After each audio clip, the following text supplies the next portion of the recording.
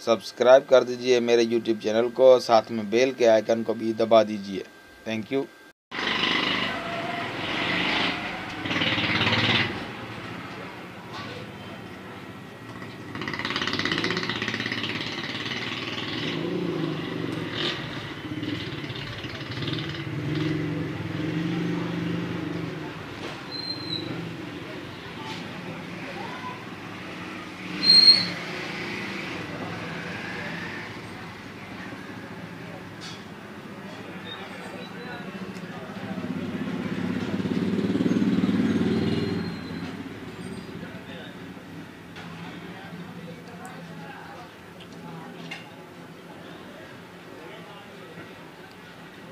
ये एक 30 एम्पेयर का चार्जर है।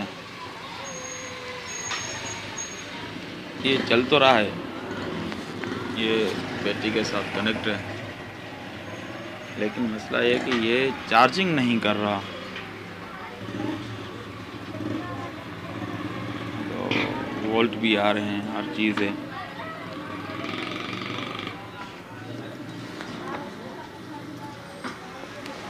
ये मैं आपको दिखा सकता हूँ।